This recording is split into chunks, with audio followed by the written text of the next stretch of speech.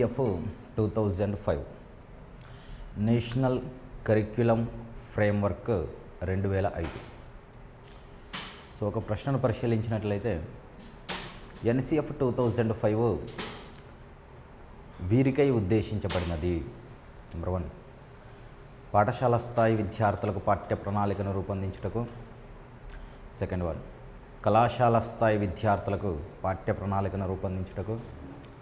Third 1, విశ్వవిద్యాలయాల స్థాయి విద్యార్థులకు పాఠ్య ప్రణాళికను రూపొందించుటకు. ఫోర్త్ 1, పైవన్నీ.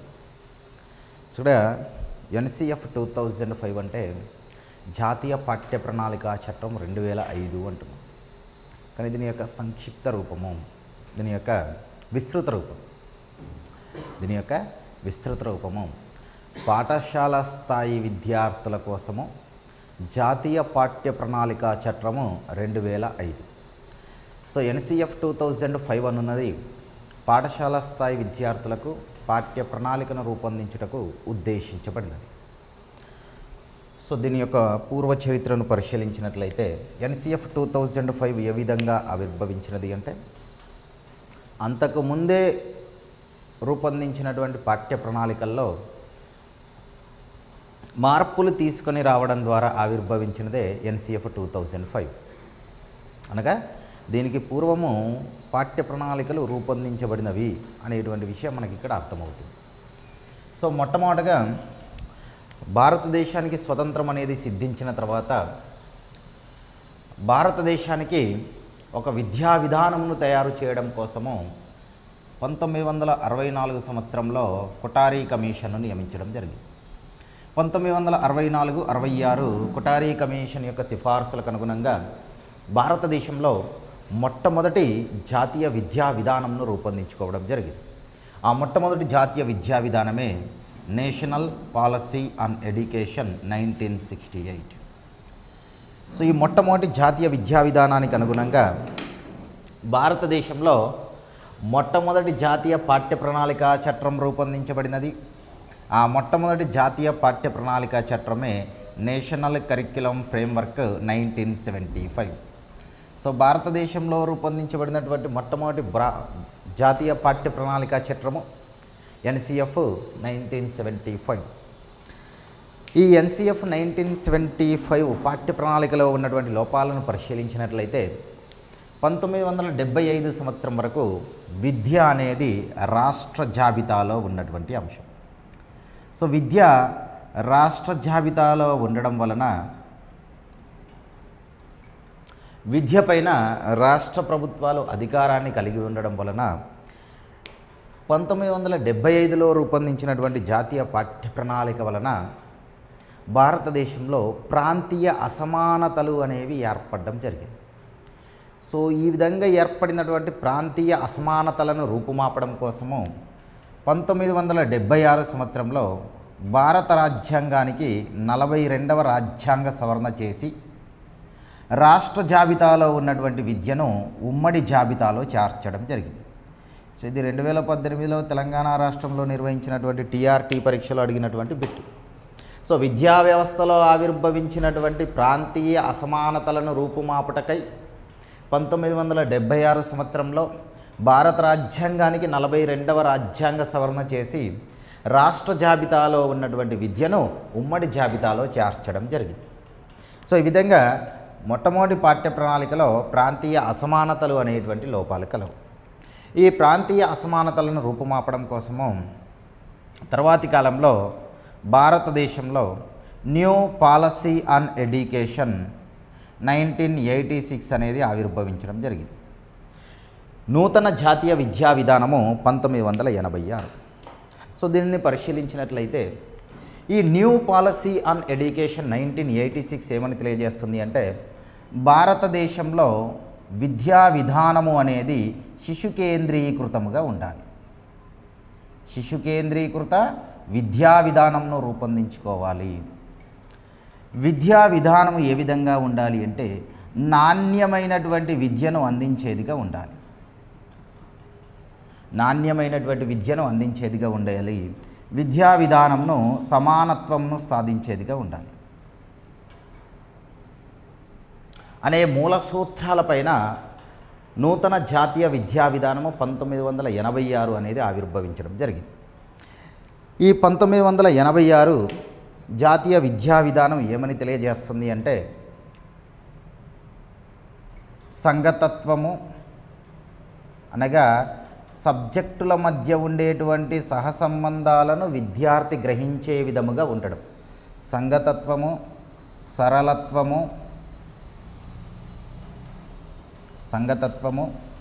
సమానత్వము. సంగతత్వము, సమానత్వము, నాణ్యతలు పాఠ్య ప్రణాళికకు మూల అంశాలుగా ఉండాలి అని 1986 నూతన జాతీయ విద్యా విధానం వారు తెలియజేశారు. సంగతత్వము, సమానత్వము, నాణ్యతలు పాఠ్య ప్రణాళిక మూల అంశాలుగా ఉండాలి అని 1986 నూతన జాతీయ విద్యా విధానం వారు తెలియజేయడం జరిగింది. సో 1986 నూతన జాతీయ విద్యా విధానాన్ని రూపొందిస్తున్నటువంటి కాలంలో రాజీవ్ గాంధీ గారు ఆనాటి క్యాబినెట్ మంత్రులకు ఒక మాటను వివరించడం జరిగింది. అమెరికా, రష్యా లాంటి దేశాల్లో విద్యను అభ్యసించినటువంటి మేధావులు అంతరిక్షంలోనికి ఉపగ్రహాలను పంపించగలుగుతున్నారు. మరి భారతదేశంలో విద్యను అభ్యసించినటువంటి మేధావి కనీసం ఒక కారును కూడా తయారు చేయలేకపోతున్నాడు. కావున భారతదేశంలో అమలుపరచబడేటువంటి విద్యా విధానము సైతము అంతరిక్షంలోనికి ఉపగ్రహాలను పంపించే విధముగా ఉండాలి అని రాజీవ్ గాంధీ గారు తెలియజేసినటువంటి ఈ అంశాలను 1986 నూతన జాతీయ విద్యా విధానంలో పొందుపరచడం జరిగింది. ఈ 1986 నూతన జాతీయ విద్యా విధానానికి అనుగుణంగా భారతదేశంలో 2వ పాఠ్య ప్రణాళిక చట్రము అనేది ఆవిర్భవించినది. అది నేషనల్ కరిక్యులం ఫ్రేమ్వర్క్ 1988 1988 జాతీయ పాఠ్య ప్రణాళిక చట్టం. ఈ జాతీయ పాఠ్య ప్రణాళిక చట్టం ద్వారా ఏమయ్యింది అంటే రాజీవ్ గాంధీ గారు సాంకేతిక విద్యకు ఎక్కువగా ప్రాధాన్యతను ఇవ్వడంతో భారతదేశ విద్యా వ్యవస్థలో సాంప్రదాయక సబ్జెక్టులతో పాటుగా సాంకేతిక సబ్జెక్టులు కూడా ఆవిర్భవించడంతో విద్యార్థులపైన సబ్జెక్టుల భారము అనేది పెరిగిపోయింది. విద్యా వ్యవస్థలో సబ్జెక్టుల సంఖ్య పెరిగినది, సబ్జెక్టుల యొక్క భారము పెరిగిపోయినది. దీనితో విద్యార్థులపైన పరీక్షల ఒత్తిడి అనేది ప్రారంభమైంది. సో విద్యార్థులపైన పరీక్షల భారము పెరిగిపోయినది, విద్యార్థులపైన పరీక్షల ఒత్తిడి ప్రారంభమైంది. దీంతో విద్యార్థులు అనేవారు ఆత్మహత్యలకు పాల్పడడం జరుగుతుంది. సో 1988 జాతీయ పాఠ్య ప్రణాళిక చట్రంలో ఉన్నటువంటి ప్రధానమైనటువంటి లోపము సబ్జెక్టుల సంఖ్య పెరగడము, సబ్జెక్టుల భారము పెరగడము, విద్యార్థులను పరీక్షల ఒత్తిడికి గురి చేయడము. సో దీనితో విద్యార్థులపైన ఉన్నటువంటి ఈ పరీక్షల ఒత్తిడి, విద్యార్థులపైన ఉన్నటువంటి సబ్జెక్టుల భారాన్ని తగ్గించడం కోసము తర్వాతి కాలంలో 1993 సంవత్సరంలో భారతదేశంలో యశ్పాల్ అను విద్యావేత్త అధ్యక్షతన ఒక కమిటీని నియమించడం జరిగింది. ఆ కమిటీకి అధ్యక్షుడు యశ్పాల్ కావున దీనిని యశ్పాల్ కమిటీగా పేర్కొంటాం. యశ్పాల్ కమిటీ.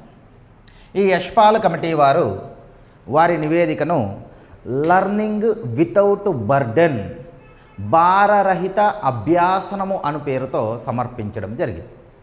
సో యశ్పాల్ గారు సమర్పించినటువంటి లర్నింగ్ వితౌట్ బర్డెన్ అను నివేదికకు అనుగుణంగా మరియు 1992 ప్రోగ్రామ్ ఆఫ్ యాక్షన్ 1986 నూతన జాతీయ విద్యా విధానానికి చేసినటువంటి సవరణనే 1992 ప్రోగ్రామ్ ఆఫ్ యాక్షన్ లేదా కార్యాచరణ పథకము లేదా ఆచరణాత్మక పథకంగా పేర్కొనడం జరుగుతుంది. So 1992 POA, 1993 Yashpal learning without burden, భారరహిత అభ్యాసనము అను నివేదికకు అనుగుణంగా భారతదేశంలో మరో పాఠ్య ప్రణాళిక చట్రంను రూపొందించడం జరిగింది. ఆ పాఠ్య ప్రణాళిక చట్రమే ఎన్సిఎఫ్ 2000.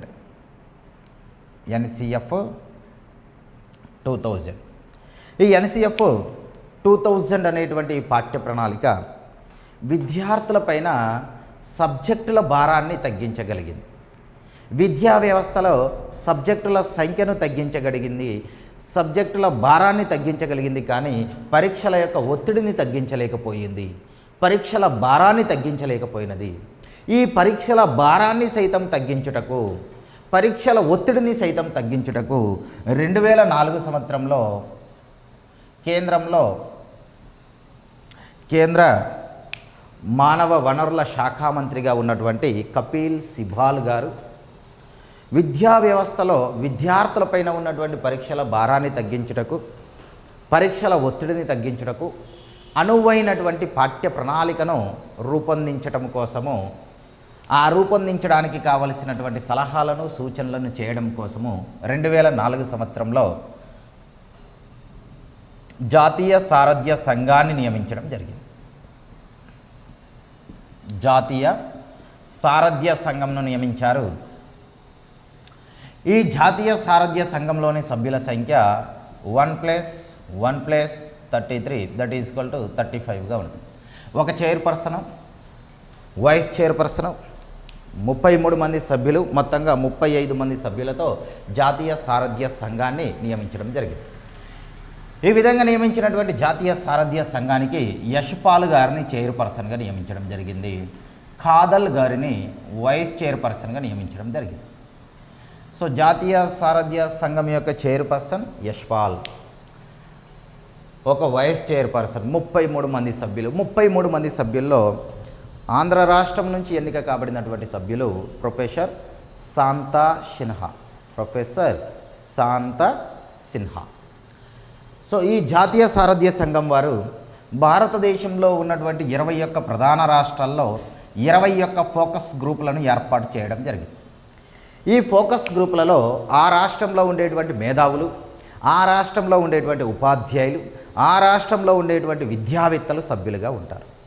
వీరు భారతదేశంలో రూపొందించుకోబోయేటువంటి పాఠ్య ప్రణాళిక ఏ విధంగా ఉండాలో వారు సలహాలు సూచనలను ఇవ్వడం జరుగుతుంది. ఈ విధంగా 21 ఫోకస్ గ్రూపుల నుండి సేకరించినటువంటి సమాచారాన్ని ఆధారంగా యశ్పాల్ గారు నివేదికను తయారు చేసి కేంద్ర ప్రభుత్వానికి సమర్పించడం జరిగింది.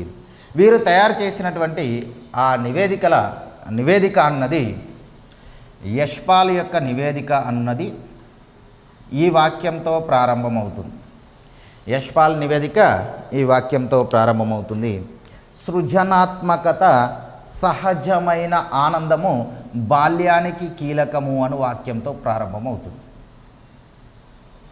సృజనాత్మకత, సహజమైన ఆనందము బాల్యానికి కీలకము అను వాక్యంతో యశ్పాల్ గారి యొక్క నివేదిక ప్రారంభం కావడం జరుగుతుంది.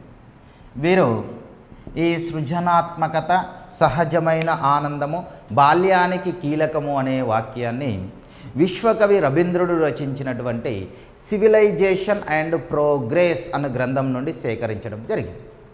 సో ఆ విధంగా యశ్పాల్ నివేదిక ఈ వాక్యంతో ప్రారంభమవుతుంది. ఈ యశ్పాల్ నివేదిక భారతదేశ విద్యా వ్యవస్థ చదువుకున్న మూర్ఖుణ్ణి తయారు చేస్తుంది అను వాక్యంతో పూర్తి అవుతుంది. సో ఈ విధంగా రూపొందించినటువంటి యశ్పాల్ యొక్క నివేదికకు అనుగుణంగా ఎన్సిఎఫ్ 2005 అనేది ఆవిర్భవించడం జరిగింది. ఈ విధంగా ఆవిర్భవించినటువంటి ఎన్సిఎఫ్ 2005 యొక్క ప్రధాన ఉద్దేశ్యము జ్ఞాన నిర్మాణము.